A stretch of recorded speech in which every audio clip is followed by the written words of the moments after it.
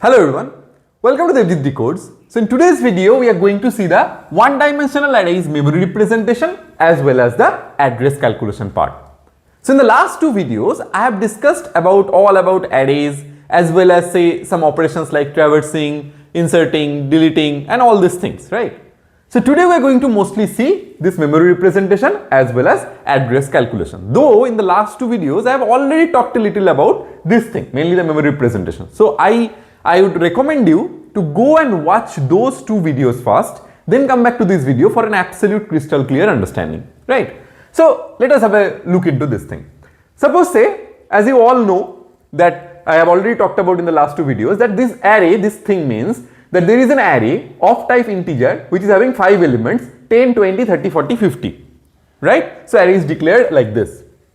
Now whenever we are trying to print or whenever we are trying to access one element from this, so this is at index 0, index 1, index 2, index 3, index 4. So whenever we are trying to access the array's third indexed value, so this particular line will print 40. We already know this, we have seen this already, that this will be printing 40. Now the question is how? Because I have already talked that this array of 3, whenever we are trying to access one particular element from an array, we do it using the index. And this particular accessing operation is constant time operation. That is, it takes only order of 1. It doesn't take much. It is order of 1 time operation. Now how does it do it? Is it like searching one by one? That it is saying this one, no, this one, no, this one, no. Is it going like this? Is it traversing the entire array? 1, 2, 3, 4 like this? Or like it is straight away going there? Right? If it is constant time operation, if it is not taking much time, if it is directly hovering over there, that means it is like, you are not searching, you are not traversing the entire array, you are straight away going there. So to go straight away over there, there might be some mathematics behind it. There might be something going behind it. There might be something to do with this memory representation and all these things. There might be something to do with this address calculation directly, right? So in today's video, we'll be seeing all this thing, right? Now, let us have before going there, before seeing these formulas and all these things, let us have a first understanding about the memory. Have a quick understanding about this memory. Now, see, first of all, what do you think? That whenever students mainly hear about the memory, they might think that this is some magical stuff or something. But as I have written over here, it is my intuition, or say I would love you to think like this, that RAM is nothing but thousands of storage boxes. You can think like that. There is a RAM, suppose this is a RAM, and this RAM has thousands of storage boxes. This is one box, this is one box, this is one box, this is one box, and so on. Right, like that. Thousands of boxes are there, right? Okay, these are all our boxes. And each box is suppose of 1 byte. This is of 1 byte, this is of 1 byte, this is of 1 byte, this is of 1 byte, like that. So now, whenever you are writing things like int x, suppose you have written int x, suppose int x equals to 4. So what you have said, x is a variable which is of type integer and which is storing the value 4. That's what you have said by this line. So we all know that integer takes 4 bytes.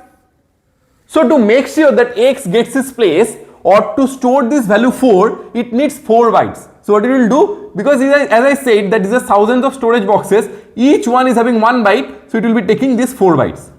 This will be taking this 4 bytes and it will be keeping 4 over here. Suppose x is there and x is equals to 4. Like that you can think in your mind that it is a kind of infinite storage box or finite storage box, but there are so much of storage, and there if each box or say each storage box is having 1 byte, and if we are saying like int x equals to 4, we are trying to store 4 inside this variable x which is of type integer, and integer takes 4 bytes, so it will be taking these 4 boxes and it will be putting 4 over here.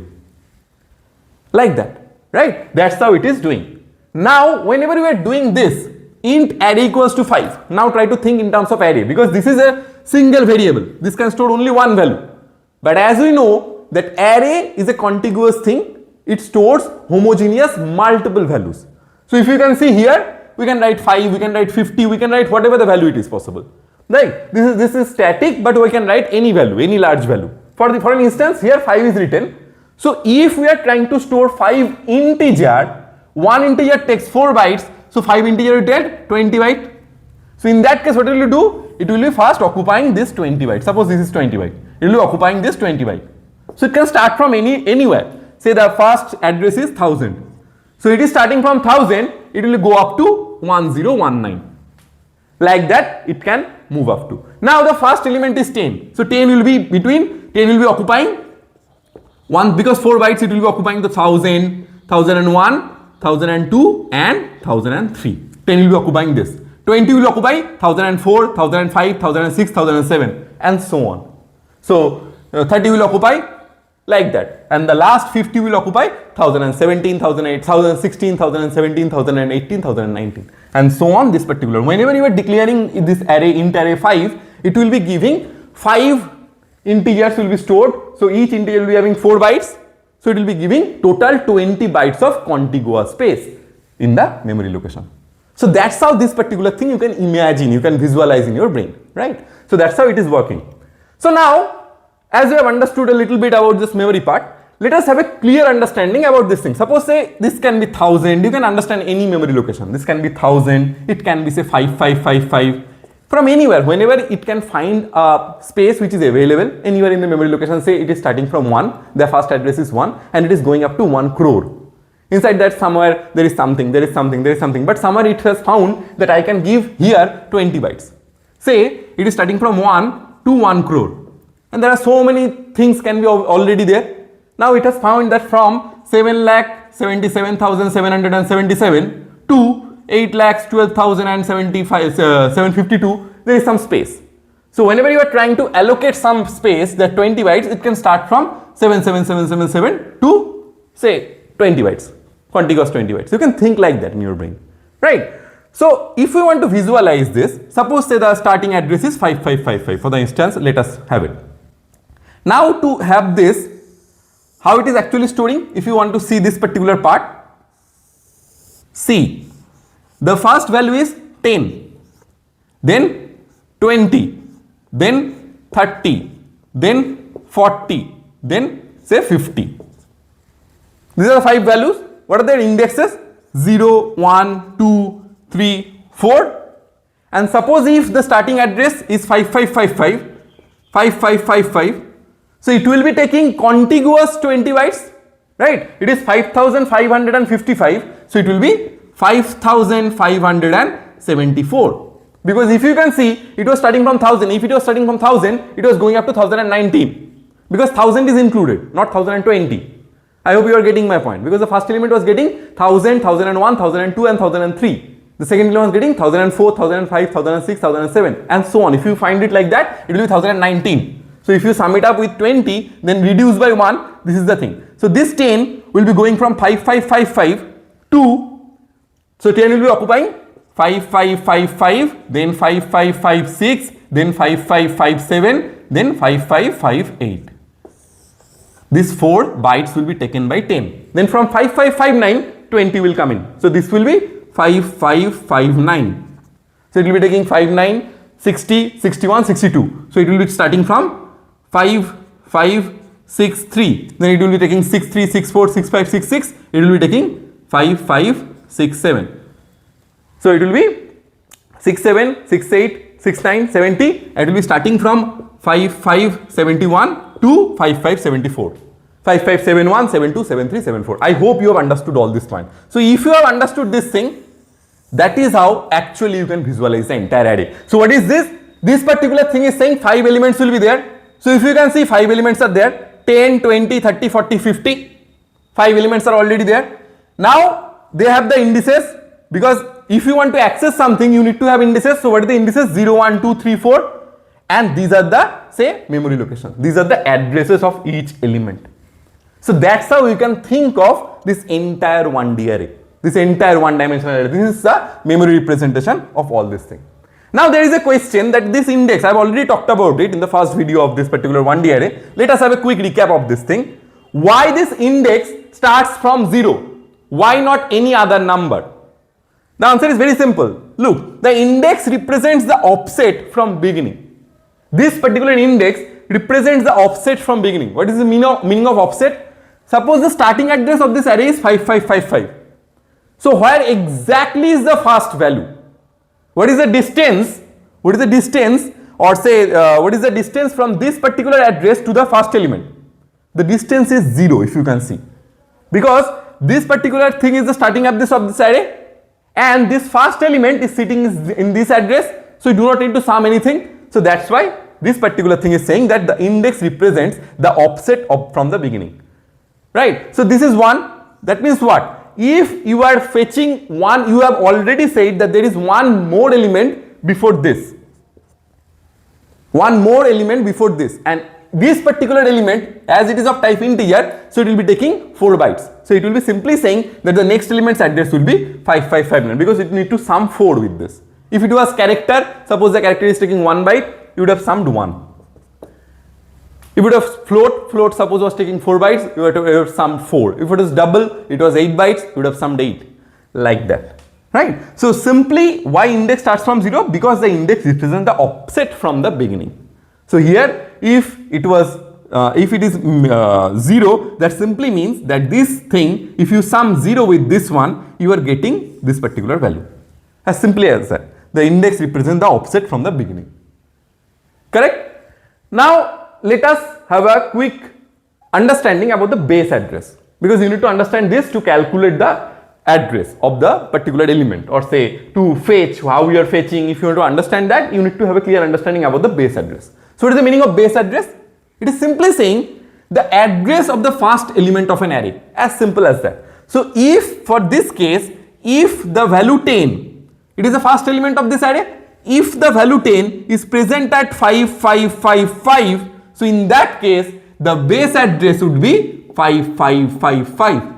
It is simply saying the address of an address of the first element of an array is called the base address, right? So this is what is the meaning of base address. Now if you see the calculation part of this address, because now if you can see, if the first element's address is 5555, that is the element, first element means what? The element present at index 0. So if you want to go to element present at index 1, before going to formula and all this thing, let us understand from the basic part, from your intuition. If the 0th index address is 5555, and if you want to go to the first element, and if it is of type integer, then how many bytes you need to shift? Because it is of type integer, you need to shift 4 bytes. So the first index, the value present at index 1, the address would be 5559. And if you can check, this was the address, starting address of element present at index 1, that is the second element. Now if you want to go to the element present at index 2, that is the third element, what you will be doing? You will be simply adding 4 with this one. So it would be 5563, or whatever be the base address, that was 5555, if you add 8, what do I mean by 8? Because there are two integers, one integer takes 4 bytes, so two integer will take 8 bytes. So if you add 8 to it, 5555, it will be 5563. That is the address of the element which is at index 2, and so on you can calculate. So the question we started off, that whenever you are trying to find array of 3, are we searching each and every, or are we going by say array 0, array 1, array 2 and so on, or we are straight away jumping? That's how we can straight away calculate. We do not need to look for every array or say every index or whatever. We do not need to bother. That's why it is taking order of 1 time. That's why it is taking constant time. Now if you want to generalize this and say compute a formula, build a formula, how should it look?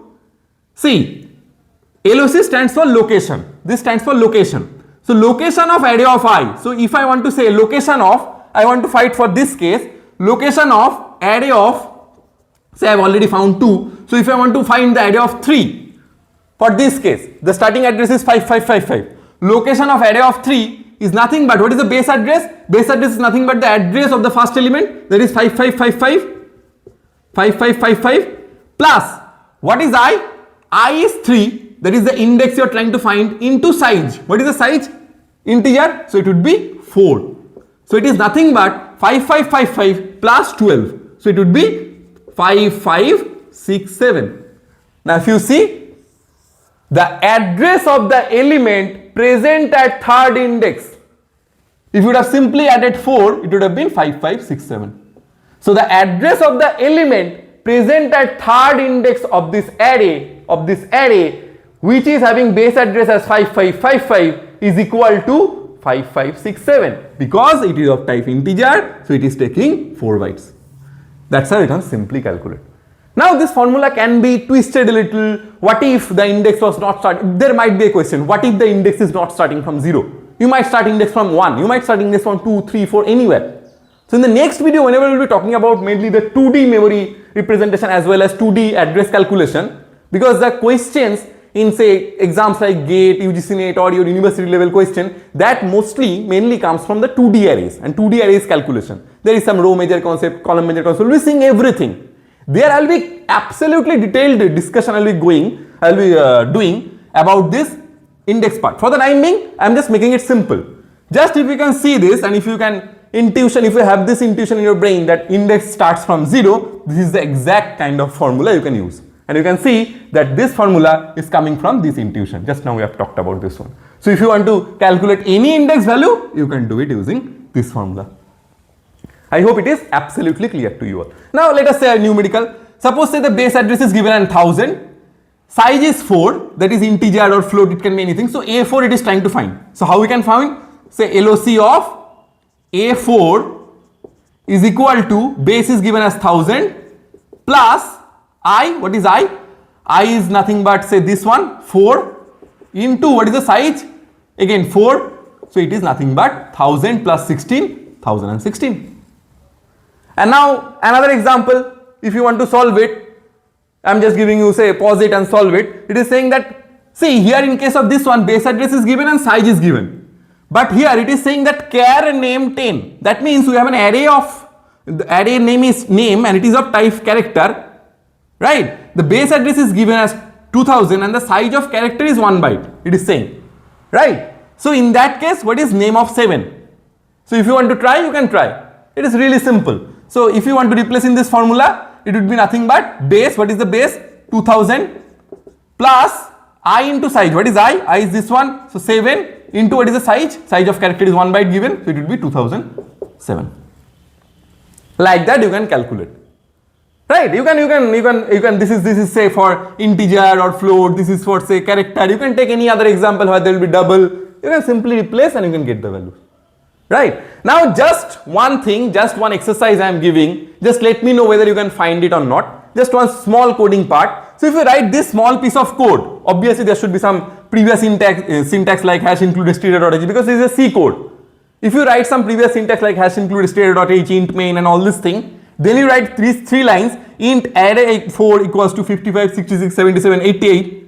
And if you want to see these 2 lines, that what is this value? What is this thing says? This simply means address of. So we are trying to see the address of array 0 and we are trying to see the address of array 1. These 2 things we are trying to find. If you want to find this, because it is of type integer, so what it is saying that find the address of the 0th element or 0th index value and find the address of the first index value. If you want to find it, you will be seeing, say suppose it can be any value. It can be say x.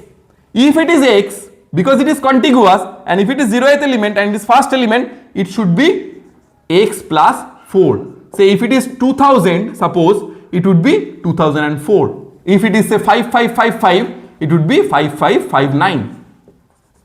This value can be anything, but whatever be the value of this one, first one, this value should be incremented by 4 because it is of type integer. Just check whether this thing is coming or not, whether it is incremented by 4, whether it is incremented by 2 or whether it is giving error. Just let me know in the comment section. So I hope whatever I have talked about in this video about 1D memory representation as well as address calculation is clear to you all. In the next video, we will be doing the same thing which is very important for 2D arrays. So I hope whatever I have talked about made sense to you. Thank you for watching and stay tuned for the next videos.